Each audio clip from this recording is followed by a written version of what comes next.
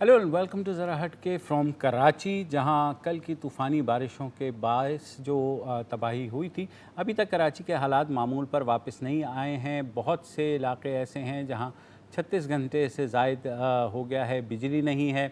बहुत से इलाके ऐसे हैं जहां पानी नहीं उतरा है। एफ़र्ट्स जारी हैं, मगर जो सूरत हाल है वो अभी भी खासी गंभीर है। तो इसी पे बात करेंगे। हमारे साथ कराची से ही कॉलर्स मौजूद हैं। राहिल अशर साहब हैं सबसे पहले। जी राहिल, अस्सलाम वालेकुम। हेलो। हेलो जी, आवाज आ रही है जी आपको मेरी? बिल्कुल आ रही है राहिल साहब, जी। फरमाइए। अच्छा, मैं ये कह रहा था कि जी मैं थोड़ी सी बात करूंगा। ये जो कल जो हालात हुए हैं, जी इन हालात की वजह से कुछ इसमें 50% कसूर हम पर आवाम का भी है।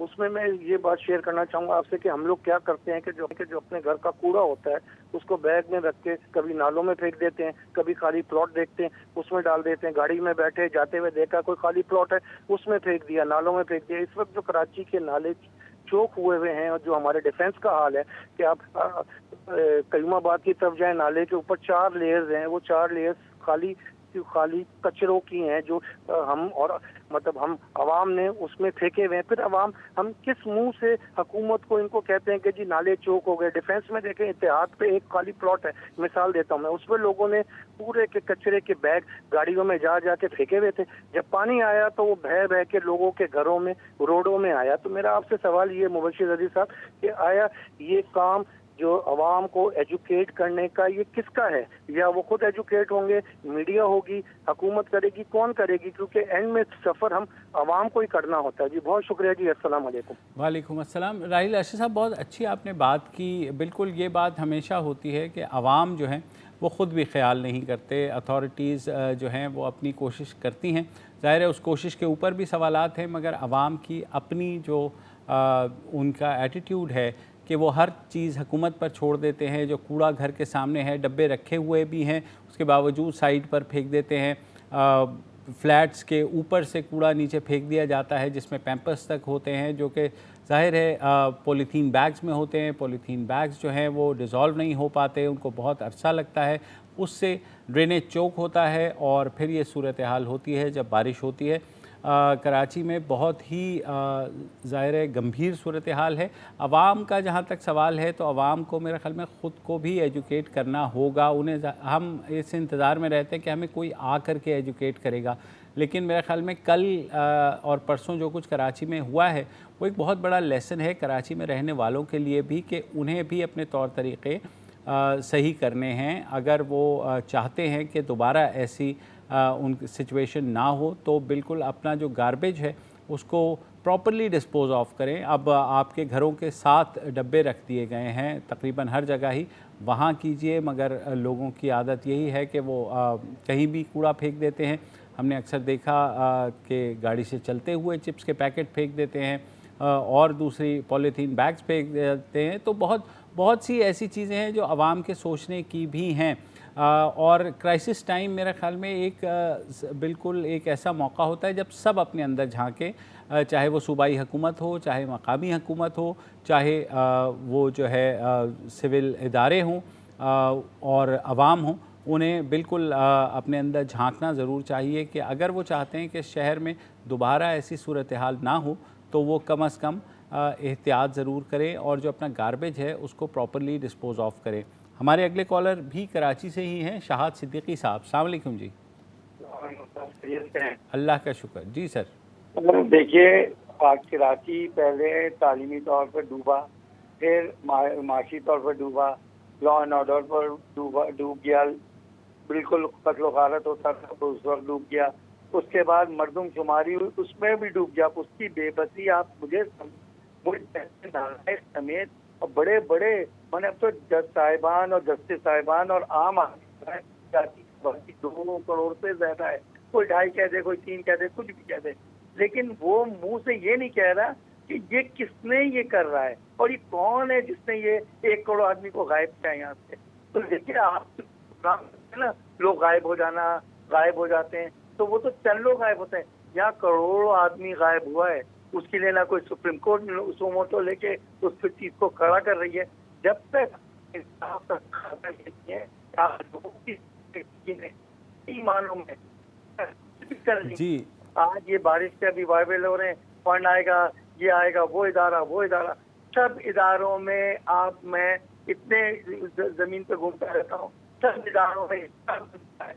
आप एक कचरा उठाने के लिए किसी भी इदारे को काम दे दें, वो कहता है मेरा 10 रुपए, वो कहता है 3 रुपए, वो कहता है 17 रुपए, कोई 22 रुपए, जब ये तय। लेकिन आबादी कोई नहीं गिनता कि हमारी आबादी खुदा ईमानदारी से बता दो। बिल्कुल बिल्कुल आपकी बात ठीक है शाहद साहब कि ये जो आबादी का इशू है ये अभी सुप्रीम कोर्ट में भी पेंडिंग है, और जो सेंसस हुआ है उस पर ख़ासे एतराज़ात हैं कि कराची की आबादी उससे खासी ज़्यादा है जितनी सेंसस में दिखाई गई है। हमारे साथ सहाफ़ी मज़हर अब्बास मौजूद हैं। मज़हर साहब, ये बताइए, जो कुछ कल हुआ, परसों हुआ और जो आज हुआ, क्या कोई सबक सीखेगा आपके ख्याल में इससे?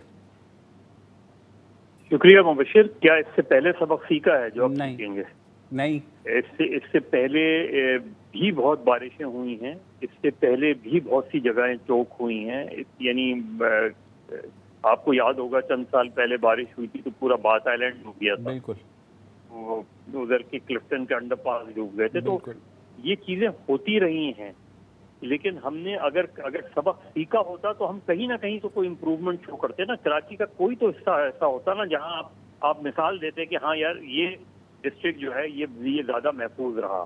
तो कहीं भी हमें लगता नहीं। और उसकी वजह क्या है? उसकी वजह ये कि हर साल जब बारिश होती है तो प्रॉब्लम्स मल्टीप्लाई हो चुकी होती हैं, इसलिए कि एक जगह पे 2, 4, 5 बिल्डिंगें खड़ी हो चुकी होती हैं।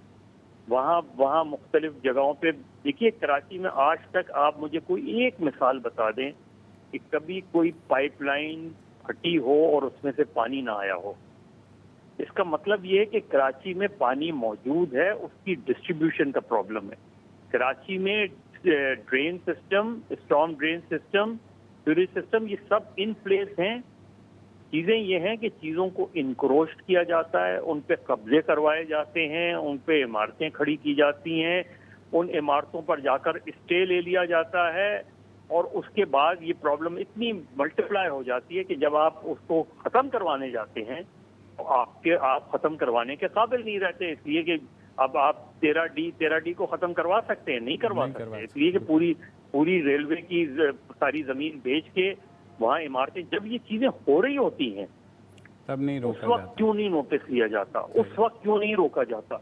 तो आबादी को डिस्प्लेस करना या उस जगह को ख़त्म करना तो एक चीज़ है, लेकिन उन ऑफिसर्स को अकाउंटेबल करवाना ये बहुत इम्पोर्टेंट है कि चाहे वो बिल्डिंग कंट्रोल के हों, वाटर बोर्ड के हों, they should be made accountable, they should be punished. अब वाटर बोर्ड के लोग अगर अमेरिका में पूरी फैमिली से जाकर सेटल्ड हो गए हैं, सबकी दोहरी शहरियत है, सबके बच्चे बाहर पढ़ रहे हैं, तो उनकी सेंस ऑफ बिलोंगिंग वैसे ही खत्म हो गई है शहर से। तो ये जब तक हम इस चीज़ को एड्रेस नहीं करेंगे, वजीर आजम आ जाएं, वजीर आला आ जाएं, ये वजीर आला हो, कोई और वजीर आजम हो, कोई और वजीर आला हो, वो जो बेसिक प्रॉब्लम है उसको कोई भी एड्रेस करने को तैयार नहीं है। एक वो अभी BTV पे हमारा प्रोग्राम थे, वो सब भी साथ थे। ये जो मुर्गी है जो सोने का अंडा दे रही है, वो उसको खिलाते हैं, पिलाते हैं, अंडा लेते हैं, उसके बाद उसको कैश करवाते हैं और अल्लाह खैर सल्ला आप चले जाए। तो ये प्रॉब्लम चलती रहेगी, ये प्रॉब्लम मल्टीप्लाई होंगी, ये कम नहीं होंगी, ये याद रखिएगा। हाँ, उसकी वजह यही है ना मज़हर साहब कि हम सिर्फ फायर फाइटिंग करते हैं वक्ती तौर पर कि अच्छा किसी तरीके से बस कुछ कर लें और ये क्राइसिस जो है ये वक्त निकल जाए, और उसके बाद आगे क्या होगा वो अगले साल देखा जाएगा। तो मुझे बताइए कि जब सिविक एजेंसीज़ हमारी हैं, अब जैसे आपने KWSB की बात की, KMC की बात की, दूसरे इदारे, तो इनमें कतई कोई कोऑर्डिनेशन नहीं। कल हमारे साथ फैसल ईदी मौजूद थे, उन्होंने कहा कि इस बारिश से पहले हुकूमत ने ज़रूरी नहीं समझा कि किसी भी इदारे को, और ईदी क्योंकि इस शहर में सबसे बड़ा इदारा है फलाही कामों के लिए या रेस्क्यू एफर्ट्स के लिए, उनसे पूछा तक नहीं गया कि जनाब आपके साथ हम कोई कोऑर्डिनेशन कर लें।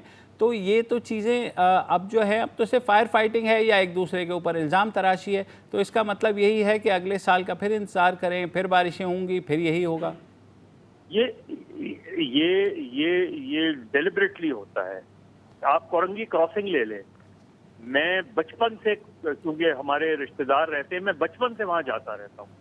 जब भी बारिश होती है वो कोरंगी जो है बाकी बांदा शहर से कट जाता है। अभी भी एक मर्तबा की बात नहीं है, ये मैं कई 100 मर्तबा की बातें बता रहा हूँ। ये आप अभी भी चले जाएं, आप केपीटी का जो इंटरचेंज वो फ्लाईओवर बना हुआ है उसके नीचे चले जाएं, आपको पूरा, एक तो बहुत बड़ा राउंड अबाउट है, आप घूम जाएं, आपको वहाँ सर्विस रोड के ऊपर इस वक्त भी एक बिल्डिंग तामीर की जा रही है इस वक्त। और ये आप पूरे शहर में चले जाएं तो आप, एक तो वो प्रॉब्लम्स हैं कि जी जहाँ ऑलरेडी आबादियाँ हो गई हैं उनको कैसे हटाया जाए, वो नासिर शाह साहब ने कह दिया तो वो आप भूल जाएंगे वो होगा, क्योंकि उन्होंने कहा कि हाँ हम बाद में तय करेंगे, पहले इनको कहीं और। लेकिन जो अभी भी अंडर कंस्ट्रक्शन बिल्डिंग है, जो अंडर कंस्ट्रक्शन बिल्डिंग गलत जगहों पे तामीर हो रही है, उनको रोका जा सकता है। ये जो सर्विस रोड है, जब आप ये 2002 के बाद एक्ट में अमेंडमेंट की गई और उसके तहत किसी भी रेजिडेंशियल एरिया को आप कमर्शियल कर सकते हैं, उसका नतीजा क्या हुआ? उसका नतीजा ये हुआ कि पूरा शहीद मिल्लत कमर्शियल हो गया, पूरा खालिद बिन वलीद रोड कमर्शियल, पूरी आप टीपू सुल्तान रोड चले जाएं, राशिद मिन्हास चले जाएं। अच्छा, उसके नताइज क्या होते हैं? उसके नताइज ये होते हैं, जब आप रोड साइड रेस्टोरेंट्स बनाते हैं, जब आप मैरिज हॉल्स बनाते हैं, जब आप मैरिज गार्डन्स बनाते हैं, तो उसका जो खाने का वेस्ट है, जी बिल्कुल, वो सारा वो किधर जाता है? किसी ने देखा कि वहाँ कभी देखा आपने कि मैरिज हॉल के किसी कोने पे कोई जगह बनाई गई हो? नहीं है। वही जाके उधर डंप कर देते हैं, वो नालों में डंप कर देते हैं। इसी तरीके से प्लास्टिक बैग्स हैं, प्लास्टिक बैग कानूनी तौर पे बैन है, बिल्कुल। तो फिर वो हर दुकान पे, हर शॉप पे क्यों मिलते हैं? उनकी फैक्ट्रीज क्यों नहीं फील्ड होती? गुटखा बैन है, गुटखा कैसे अवेलेबल होता है? उनकी फैक्ट्रीज क्यों नहीं? तो ये एक ऑर्गेनाइज माफिया है कि तुम कानून बनाए जाओ और मैं कानून को तोड़े जाऊं। चलें, बहुत शुक्रिया मदर साहब, और बिल्कुल आपने जो कहा we all agree to it. हमारे अगले कॉलर हैं जनाब मोहम्मद फ़ारूक साहब कराची से ही। जी फ़ारूक भाई, हेलो। अच्छा, मुसरत हुसैन साहब हैं कराची से, फ़ारूक साहब की लाइन शायद डिस्टर्ब्ड है। जी मुसरत साहब। ये जो बारिश का मामला हमारे सामने आया सर, जी हाँ, तो ये मेरा ताल्लुक जो है ये महमूदाबाद से है सर। जी बिल्कुल। हेलो जी बिल्कुल, आपकी आवाज़ आ रही है। अच्छा, मेरा ताल्लुक महमूदाबाद से है, ये मतलब PCHS एडमिनिस्ट्रेशन सोसाइटी और ये सारा इलाका जो है, बिल्कुल। यहाँ पे जो सबसे बड़ा मसला ये है कि जब भी कोई घर बनाता है, यहाँ पर या कोई आबादी यहाँ पे आबाद होने के लिए आता है, तो वो अपने ये जो कचरा वगैरह है, जो सिस्टम है, ये जो इसका कोई इलाज नहीं सोचता। वो सिर्फ ये देख लेता मैंने घर खरीद लिया और रहना शुरू कर देता जी। और कोई मैन टू मैन कम्युनिकेशन की बहुत ज्यादा कमी है। जब मेरे सामने कोई थैली फेंक रहा है तो मैं उसको मना नहीं करता, मेरे सामने कोई कचरा फेंक रहा है मैं उसको मना नहीं कर रहा, बस सिर्फ मैं अपनी वीडियो बना लेता हूँ, मैं अपने देख लेता हूँ और लोगों को बताता हूँ ये देखो जी इसको शर्म नहीं आ रही है। बोलते नहीं, बोलने की जरूरत है, मैन टू मैन कम्युनिकेशन की जरूरत है, तब ये लोग उजागर होंगे। और आबादी अचानक बहुत ज्यादा हो गई है, 5 से 10 साल के दौरान 1 करोड़ से ऊपर आबादी चली गई है, और उस आबादी को भी समाना और उसकी गंदगी को भी, और ये सारा जो सिस्टम 70 साल से चला आ रहा था वो 10 साल में उसका 4 गुना ज्यादा यानी डबल लोड पड़ गया हमारे ऊपर। ठीक है मुसरत साहब, बिल्कुल आपकी बात जी। मुसरत साहब, लोग बोलते क्यों नहीं हैं? लोग बोलते तो हैं लेकिन पिटेगा कौन, गालियां कौन खाएगा? जैसे कि ये साहब जो है इन्होंने खुद ही बताया कि इन्होंने कोशिश की लेकिन जाहिर है अपना सा मुंह लेके रह गए। देखिए एक और इंटरेस्टिंग बात ये है कि कराची शायद पाकिस्तान का वाहिद शहर है जहाँ लोअर मिडिल क्लास और जो लोअर क्लास की जो लोकेलिटीज हैं वहाँ आपको एक साफ गली मिलेगी और एक गंदी गली मिलेगी। बिल्कुल, गंदी गली यानी पिछली गली का मतलब ही यह है कि यहाँ कूड़ा फेंको। सही बात। तो अब जब हमारी ट्रेनिंग ही मतलब बचपन से ये होगी कि गंदी गली होती ही इसीलिए कि वहाँ कूड़ा फेंका जाए, तो फिर हम अपनी जिम्मेदारियां कैसे पूरी कर सकते हैं? हमारी तो बचपन से ट्रेनिंग हो रही है। भाई एक वक्फा ले लें, उसके बाद बात करते हैं।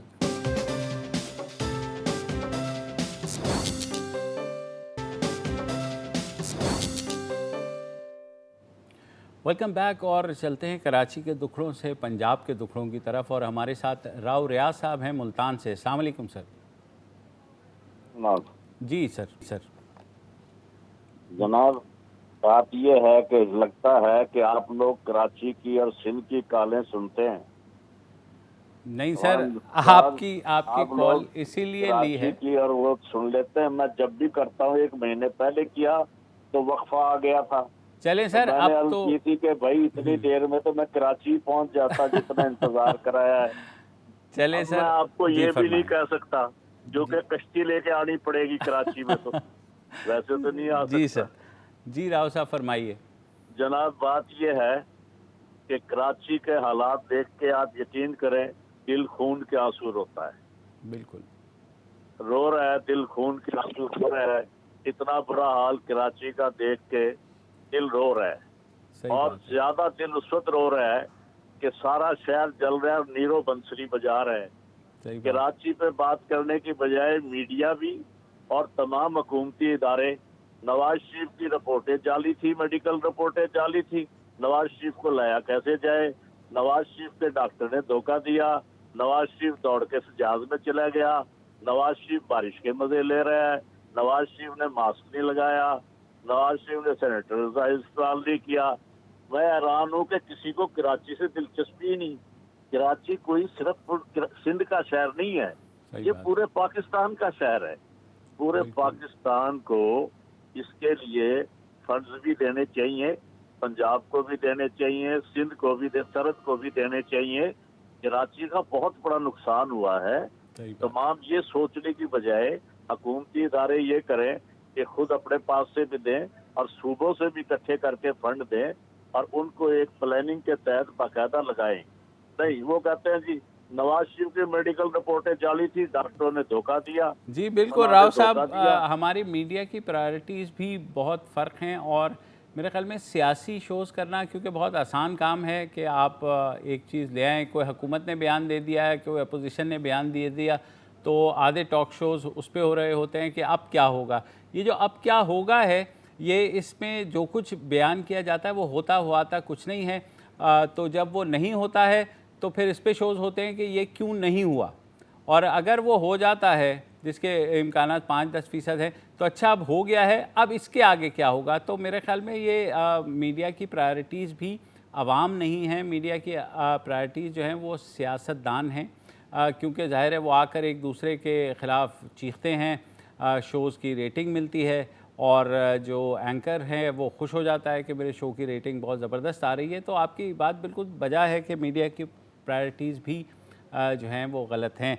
अगले कॉलर है हमारे अदनान हुसैन साहब लाहौर से। जी अदनान भाई। हेलो जी सर, मैं कुछ तकरीबन 1 हफ्ता इंतजार करता हूँ इस जुमे का।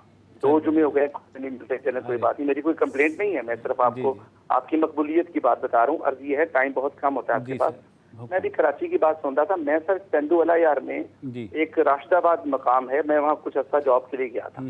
मेरा गुजर होता था हैदराबाद से टंडोला यार तक, क्योंकि मेरे बच्चे पढ़ते थे हैदराबाद सिटी स्कूल में। वहाँ से वापसी पे 2 दफा ऐसा हुआ कि वहाँ पर रोड ब्लॉक कर दी और मुझे अंदर गलियों से आना पड़ा।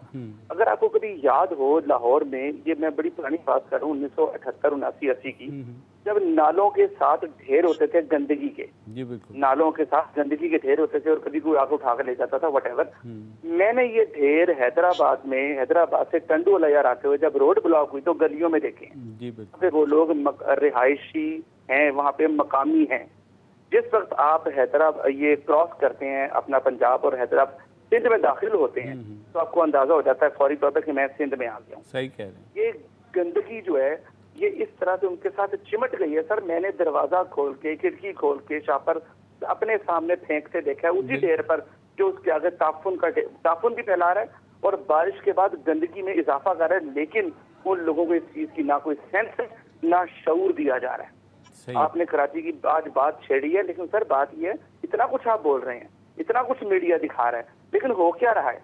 हमें कभी दिखाया जा रहा है। अब तो खैर फेक वीडियोस भी आ गई कि कोई ऊपर से जंप कर रहा है, जनाब ये हो रहा है, लेकिन बहुत बुरे हालात है, इसमें कोई शक नहीं। ये इन लोगों की, जो लोग मकामी रिहायशी हैं, उनको ये नॉलेज देने की जरूरत है। अगर वो जाहिल रह के किसी वजह से या वटेवर, मैं तौबा इस्तगफार सिंध वालों को जाहिल नहीं कह रहा, कहीं मेरी बात का गलत नहीं concept बिल्कुल, ना चला जाए। We understand your point of view. उनको ये सेंस, ये शऊर देने की बहुत ज्यादा जरूरत है। इस पर भी थोड़ा सा रोशनी डालनी चाहिए। और जो बेनजीर पुल टूट गया था, जिसके 2 बसें तबाह हो गई थी, वंस अपॉन अ टाइम, जी बिल्कुल। वेरी लॉन्ग टाइम बैक, उसका क्या किया सर? वो भी नहीं बना। इसका मतलब है वहां पर काम नहीं होते। उसकी बेसिक रीजन मैं आपको बता देता हूँ। मुझे नहीं पता कि ये बात क्या मैसेज कन्वे करेगी। सर, जिस वक्त वहाँ पे मैट्रिक का बच्चा पेपर दे रहा होता है ना, मैं चूंकि टीचर हूँ, मकामी स्कूल में पढ़ाता हूँ, प्राइवेट स्कूल में, वो जब एक बच्चा वहाँ इम्तिहान देता है, मैंने उससे पूछा, मैं कहा तुम तैयारी नहीं कर रहे, दुकान पे बैठे हो? सर कल फर रहे आएंगे, फर रहे। मतलब ये बेसिक सा कॉन्सेप्ट है। वहाँ लाइक लोगों की शायद कमी है। मैं ये नहीं कह रहा कि वो लोग सारे लाइक नहीं है, वहाँ लाइक लोगों की कमी है। ये एक बेसिक चीज है कि शऊर नहीं आ रहा है ये वाला कि हमने सफाई। सर, घरों के आगे मैंने गंदगी के ढेर देखे हैं। मैं सन 2013, 14, 15 की बात कर रहा हूँ। नहीं बिल्कुल बिल्कुल बिल्कुल अदनान भाई, कल मैं इस पे वसत से भी बात कर रहे थे। वसत, ये एक बड़ा कॉन्सेप्ट है, शायद मेरे अंदर भी है, कि जो लोग ज़्यादा रहे हैं पंजाब में या फॉर दैट मैटर इस्लामाबाद में जहाँ मैं रहा हूँ, जब वो आते हैं, और मैं अक्सर बाई रोड भी ट्रैवल करता हूँ, जब सिंध में आते हैं तो क्या सूरत हाल होती है। यहाँ हमें कहा जा रहा है कि एक वक्फ़ा ले लें, वक्फ़े के बाद इस पर बात है।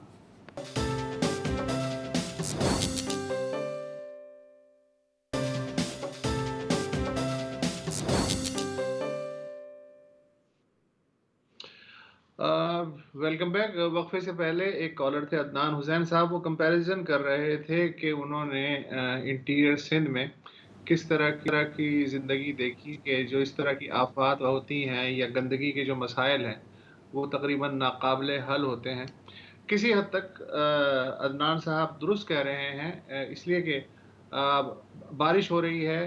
2011-2010 के सैलाब में मैं पूरे पाकिस्तान में घूम रहा था, और मुझे जो सबसे ज़्यादा जो तकलीफ़ में लोग नज़र आए वो इंटीरियर सिंध में ही थे कि वहाँ जो पानी खड़ा हो जाता था मेन रोड्स पे, बाज़ारों में, वहाँ कोई ऐसा कॉन्सेप्ट मैंने नहीं देखा कि कोई सरकारी पंप या टैंकर आया हो पानी निकालने के लिए। बस अल्लाह ताला ने जो सूरज पैदा किया है उसकी रोशनी में वो पानी एवोपरेट हो जाता था 10-15 दिन में, और इसी की लोगों को आदत पड़ी हुई थी। क्वालिटी ऑफ लाइफ का जहाँ तक मामला है, यकीनन इंटीरियर में खासी ख़राब है। सुप्रीम कोर्ट ने खुद, आपको याद होगा, 1-1.5 साल पहले नोटिस लिया था कि जो आधे अजला हैं सिंध में, वहाँ जो पीने का पानी है उसके साथ गंदगी मिला पानी है, तो उसकी वजह से ना सिर्फ बीमारियाँ हैं बल्कि और भी चीज़ें हैं। तो अब चूँकि एडमिनिस्ट्रेशन जो है उसका सारा जोर जो है वो मेन शाहराहों पे और मेन शाहराहों से लगे हुए जो शहर और कस्बे हैं उन पे है। ज़रा से शाहराह से हटके जो लोग रहते हैं सिंध में, वो ऐसा लगता है 18वीं और 17वीं सदी की ज़िंदगी आज गुजार रहे हैं। पंजाब में कई साल पहले इसी तरह की सूरत हाल थी। मसलन मुल्तान जैसे शहर में और लाहौर में भी पानी जब खड़ा हो जाता था तो बस अल्लाह ताला ही उसे पानी को निकालता था, और इसी तरह की सूरत हाल थी, गंदगी की सूरत हाल थी। लेकिन फिर हुआ ये कि वहाँ जो स्ट्रक्चर था उस पे वहाँ की जो मकामी हुकूमतें हैं या सूबाई हुकूमतें हैं, उन्होंने पिछले 40 साल में तवज्जो देनी शुरू की, और उसके नतीजे में वाकई अदनान बिल्कुल ठीक कह रहे हैं कि अगर आप रेल में बैठ के या बस में बैठ के सिंध से पंजाब की तरफ सफ़र करें तो आपको फिर किसी से पूछने की ज़रूरत नहीं है कि सिंध कब ख़त्म हुआ और पंजाब कब शुरू हुआ। और कमोबेश इसी तरह की जो सेहत व सफाई की सूरत हाल है वो आप आज़ाद कश्मीर तक चले जाएं या गिलगित बल्तिस्तान तक या खैबर पख्तूनख्वा तक, इवन कोयटा में ज़ाहिर है कोई इतने ज़्यादा वसाइल नहीं हैं कोयटा के, लेकिन आज भी कोयटा में सेहत व सफाई का मयार हालांकि मिसाली नहीं है, लेकिन अगर मैं इंटीरियर सिंध के किसी कस्बे से कंपेयर करूं तो डेफिनेटली मिसाली है। मैं आखिरी बात ये करना चाहता हूं कि मैं अभी 1 साल पहले लाड़काना गया, वहाँ जुल्फ़कार अली भुट्टो साहब की जो आबाई रिहाइशगाह है अल-मुर्तज़ा, उसके कोने पे पानी खड़ा हुआ था। ऊपर से रेलवे लाइन गुजरती है, नीचे से अंडरपास जो है वो गुजरता है। तो अगर वहाँ की सूरत हाल ये है तो बाकी जगहों के बारे में मैं क्या बात करूँ। और सही कह रहे हैं। मोहित इकबाल साहब हैं फैसलाबाद से। जी मोहित भाई, सॉरी आपको वेट करना पड़ा। अस्सलाम वालेकुम सर। वालेकुम अस्सलाम जी। सर ये जो आप पैगाम मतलब प्रोग्राम कर रहे हैं तो मैं तो आपको मुबारकबाद दूंगा। मैंने काफ़ी अरसे से मैं कोशिश कर रहा था कि आपसे मुलाकात हो सके, लेकिन हो नहीं रही। चल दरअसल मेरा एक दो मसाइल है। मैं पेंशनर हूँ, ओके जी जी नेशनल बैंक का पेंशनर हूँ मैं, जी जी और 11 साल हो गए। आपके नोटिस में भी इस बात की बात है कि हमारे जो सलीम साहब हैं लाल कुर्सी बिल्कुल। वाले, मतलब जो आपसे गाए बगाए मतलब बातचीत करते रहते जी हैं बिल्कुल हमारे मौजू के ऊपर। जी सर लेकिन आप ये देखें कि आप यहाँ पे बैठ के तबसरे तो करते हैं, लेकिन उसकी तरफ नहीं करते। जिस आपकी बात नहीं कर रहा हूँ मैं, आपसे अलावा भी कि जो लोग मतलब यहाँ पे आपके जिस तरह आपका चैनल है, दूसरे चैनल भी हैं, मतलब वो सारे लोग जो आते हैं तबसरे करते हैं चले जाते हैं, उसका हल नहीं निकालते, कोई भी ना निकालने की कोशिश करता है। अब आप बताएं कि 14 साल से हम एक अदालत में केस लड़ रहे हैं। हमने अदालत में मतलब हाई कोर्ट जीत लिया, डबल बेंच जीत लिया, सुप्रीम कोर्ट जीत लिया, सुप्रीम कोर्ट डबल बेंच जीत लिया। अब रिव्यू में जी 3 बिल्कुल साल हो गए हमारी तारीख निकली। अब आपके नोटिस में इस बात का जी है। बिल्कुल हमने आपके लॉयर को भी लिया था इसीलिए रिव्यू के हवाले से, लेकिन बस बदनसीबी है कि सुप्रीम कोर्ट बाकी चीज़ों पर सुप्रीम कोर्ट की नज़र है, मगर पेंशनर्स की जो प्लाइट है या उनकी जो मुश्किलात हैं उस पर सुप्रीम कोर्ट की नज़र कब पड़ेगी। हालांकि जो रिव्यू पटिशन है वो बिल्कुल एक मुख्तसर सा एक मरहला होता है। अगर उसमें कोई नई चीज़ नहीं होती तो रिव्यू पटिशन जो है वो डिसमिस हो जाती है। मगर अभी तक हम भी समझने से कासिर हैं कि क्यों सुप्रीम कोर्ट ने वो पटिशन नहीं उठाई। तो बिल्कुल आपकी बात सही है, बहुत से पेंशनर्स आते हैं और मीडिया को भी इस पर तवज्जो देने की ज़रूरत है। हमारे अगले कॉलर हैं नजमुस सईद साहब कराची से। जी नजम भाई। अस्सलाम वालेकुम। वालेकुम अस्सलाम। मैं 2-3 बातें कहना चाहता हूँ। जी सर। पहली बात तो ये कि जब भी कराची में कोई मसला डिस्कस होता है तो तीनों पार्टियां जो हैं, हुक्मरान पार्टी, MQM और PPP, जी सिर्फ ये शुरू हो जाता है कि जी इनके दौरे हुकूमत में ये हुआ, इन्होंने ये किया, वफाक ने जो है हमें पैसे नहीं दिए, हमें इस चीज़ की ज़रूरत है। लेकिन चलें, जो होना था, जिसने जो किया, अच्छा किया बुरा किया, लेकिन अब तो जो है किसी एक प्लेटफॉर्म पे मुत्तफक हो जाएं और कुछ करने का सोचें, क्योंकि करने का जो है कोई नहीं सोच रहा। सिर्फ जो है ये जैसे ही कोई मसला सामने आता है कीचड़ उछालना एक दूसरे पे शुरू हो जाता है। पहली बात तो जो है वो ये। दूसरी बात ये कि इससे पहले भी मेरे ख्याल से किसी के जवाब में आपने बताया था कि कराची में जो कुछ हो रहा है इसमें हम सब जिम्मेदार हैं, चाहे शहरी हों, चाहे जो है हुक्मरान हों, जो मुख्तलिफ जो इदारे हैं वो सब जिम्मेदार हैं, क्योंकि हम सब ने अपना अपना हक अदा किया है। तीसरी बात ये कि हमारे अंदर एक एक्सेप्टेबिलिटी आ गई है, या बेहिसी कह लें, कि जब तक जो है वो गटर का पानी मेरे घर में नहीं घुसेगा, आई एम लीस्ट पुश। सही बात। कूड़ा जो है मेरे घर से निकल के बाहर गिर जा रहा है, आई एम लीस्ट पुश। हमारे अंदर जो है वो ये हालत हो गई है कि हम कम से कम निशाना सही लेके ही जो है कूड़े के डब्बे में जो बाहर पड़े हैं उसमें ही जो है थैला फेंक दें, वो भी हमसे नहीं होता है। घर से निकल गया उसके बाद अल्लाह अल्लाह खैर सल्ला। तो जब तक जो है, और कराची के जो मसाइल हैं वो बिट्स एंड पीसेस में जो है वो नहीं डील हो सकेंगे। कुछ हमें बड़े सख्त फैसले करने पड़ेंगे, कुछ फैसलों पे जो है मिल के कोई राह निकालनी पड़ेगी, और टोटल शहर की अर्बन प्लानिंग जो है नए सिरे से डिफाइन करनी पड़ेगी, खास तौर पे जो सीवेज और इलेक्ट्रिसिटी और इस तरह के जो मसले मसाइल। अदरवाइज आपकी बिल्कुल बात बजा है, और मेरे ख्याल में तीनों बातें बिल्कुल आपने सही कही हैं कि ऐसा ही होना चाहिए। सवाल ये क्या, जैसे आपने कहा कि तीनों जमातें बैठेंगी, तो फ़िलहाल तो नज़र नहीं आ रहा, एक दूसरे पर इल्ज़ाम तराशी का सिलसिला जारी है, और मुझे नहीं लगता कि ऐसा हो पाएगा। बार बार कहा जाता है कि शहर को ही फिर कोई क्लियर मैंडेट किसी को देना पड़ेगा, लेकिन मसला ये है कि शहरी कहाँ जाएं, जिस जगह भी जाते हैं वो दूसरे की तरफ इशारा कर देता है कि आपकी मुश्किलात के ज़िम्मेदार हम नहीं हैं, वो जमात वाले हैं। उनके पास जाएं तो वो कहते हैं वो नहीं है जनाब, वो हैं। तो ये सिलसिला गोल गोल घूमने का चलता ही रहता है। नाज़रीन, एक वक्फा ले लीजिए।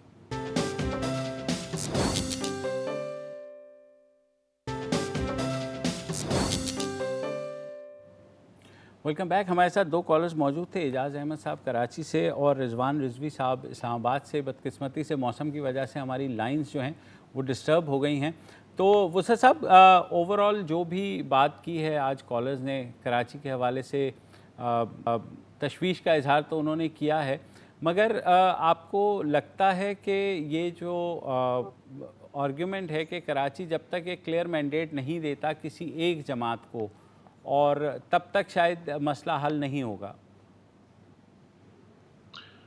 देखो, मैंडेट का इशू बिल्कुल है जेन्युइनली, और इसको हल होना चाहिए।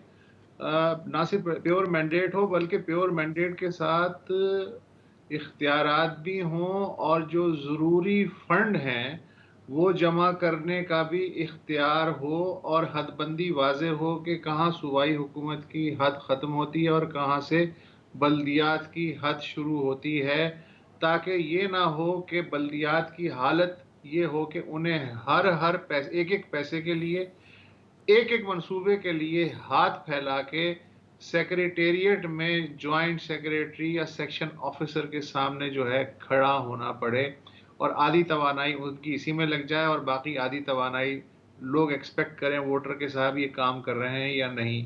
तो बल्दियात को बिल्कुल उतनी ही खुद मुख्तारी देनी पड़ेगी जितनी सूबों ने अपने लिए डिमांड की है।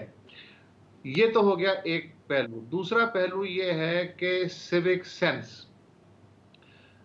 मुझे नहीं मालूम कि आजकल के तालीमी कोर्स का क्या हाल है, लेकिन जब मैं स्कूल में पढ़ता था, और आई एम श्योर जब आप भी स्कूल में पढ़ते थे, तो हम जब पहली, दूसरी, तीसरी जमात में थे तो हमें सेहत व सफाई की अहमियत के बारे में पूरा एक चैप्टर होता था। स्कूलों में ड्रिल्स होती थी कि कैसे खुद को साफ रखना है, कैसे माहौल को साफ रखना है। बाकायदा स्कूल की क्लासरूम की सफाई होती थी। बाकायदा हर स्कूल में हफ्ता सफाई मनाया जाता था। मकसद क्या था कि ये जो बच्चे कल बड़े होंगे और शहरी बनेंगे तो इन्हें पता हो कि सेहत व सफाई की क्या अहमियत है। क्या आज भी ऐसा ही होता है? मैं यकीन के साथ कुछ नहीं कह सकता। अच्छा, तीसरी जो चीज है वो ये है कि हमें ये पढ़ाया जाता था सफाई निस्फ ईमान है। बिल्कुल। अच्छा, जो सफाई निस्फ ईमान है, ये निस्फ ईमान भी हमने गोरों को दे दिया, चीनियों को दे दिया। अब मसला ये है कि हम इतने नवाब के बच्चे हो चुके हैं मिन हैसुल कौम और मिन हैसुल रियासत, कि अब हम अपना कचरा भी खुद उठाने के रवादार नहीं।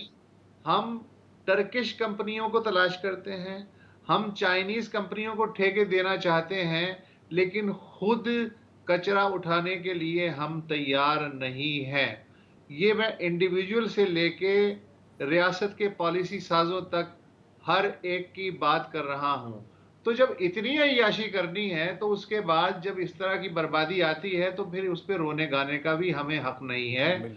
मुझे हैरत यह है, हम इतने मुनाफिक लोग हैं कि अपने यहाँ तो हम अय्याशी के साथ बाकी ममालिक की जो कंपनियां हैं उन्हें बुलाते हैं, उन्हें ठेके देते हैं, लेकिन जैसे ही तैयारा दुबई में लैंड करता है या मस्कत में लैंड करता है या लंदन में लैंड करता है, वही आदमी जो अपनी गली में या कराची में, टंडवाला यार में और लाहौर में कचरा फेंक रहा होता है गंदी गली में, वही आदमी बिल्कुल तीर की तरह सीधा हो जाता है। और दुबई में जो है वो, उसके जहन में ये बात नहीं आती कि कहीं सड़क पे जाके या गली में जाके कचरा डाल दे। आप अगर इतने ही कन्विंस हैं कि ये बात अब अच्छी कर रहे हैं, ये काम बिल्कुल सही कर रहे हैं, तो भैया फिर वहां जाके भी ये काम करें। इसका मतलब है कि हमारा जो दोगलापन है उसने हमें कहीं का नहीं रखा है, और इंडिविजुअल दोगलेपन से लेके फिर जब ये इज्तिमाई दोगलापन है तो फिर ये रियासत के दोगलेपन में तब्दील हो जाता है। बिल्कुल। और वज़ीर साहब, आपने देखा होगा जैसे भी हम बात कर लें, हिंदुस्तान की बात कर लें, वहाँ आपको याद है वहाँ के वज़ीर आज़म मोदी ने एक सफाई मुहिम की थी और ख़ुद झाड़ू ले करके वो निकले थे। हाल ही में जो लबनान में बैरूत में धमाका हुआ, उसके बाद हमने देखा कि पूरा शहर उमड़ आया जिसने वहाँ सफाई की, उस मलबे को हटाया। तो ये कलेक्टिव सेंस जो है ये क्यों नहीं डेवलप हो पा रही? नहीं, देखिए, कलेक्टिव सेंस तो यहाँ भी डेवलप हुई है, लेकिन मसला है कि ये ज़्यादातर जो चीज़ें होती हैं फोटो अपॉर्चुनिटी के लिए होती हैं। इनका मकसद ये नहीं होता। ये चीज़ें इस तरह नहीं होती कि जी ज़ियाउल हक ने चूंकि साइकिल चला ली लिहाजा पूरी कौम जो है वो साइकिल चलाना शुरू कर दे। अल्ताफ हुसैन ने, आपको याद होगा कि शुरू में जब वो आए थे बल्दिया के इलेक्शन जीत गए तो वो झाड़ू पकड़ के जो है तस्वीरें खींचती थी उनकी, वो तो सफाई कर रहे हैं। वो सवाल ये कि वो सस्टेन क्यों नहीं चीज़ें हुई? सस्टेन इसलिए नहीं हुई कि फोटो ऑप्स की जो आदत पड़ गई है, सारी चीज़ें उसी के गिर्द घूमती हैं कि नुमाइश कर लो। अच्छा, मैं अभी पिछले हफ्ते मैं थर में था, मैं नगर पार्कर गया।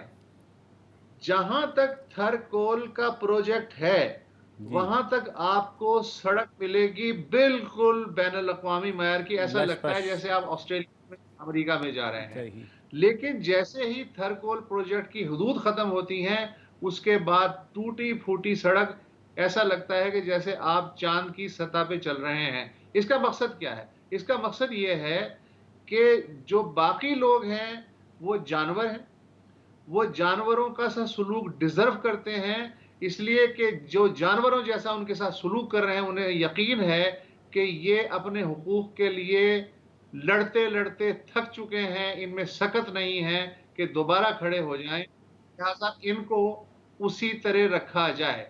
तो हम रियासत को खुद मौका दे रहे हैं कि वो ये करे और रियासत ये मौका जो है उससे पूरा फ़ायदा उठा रही है।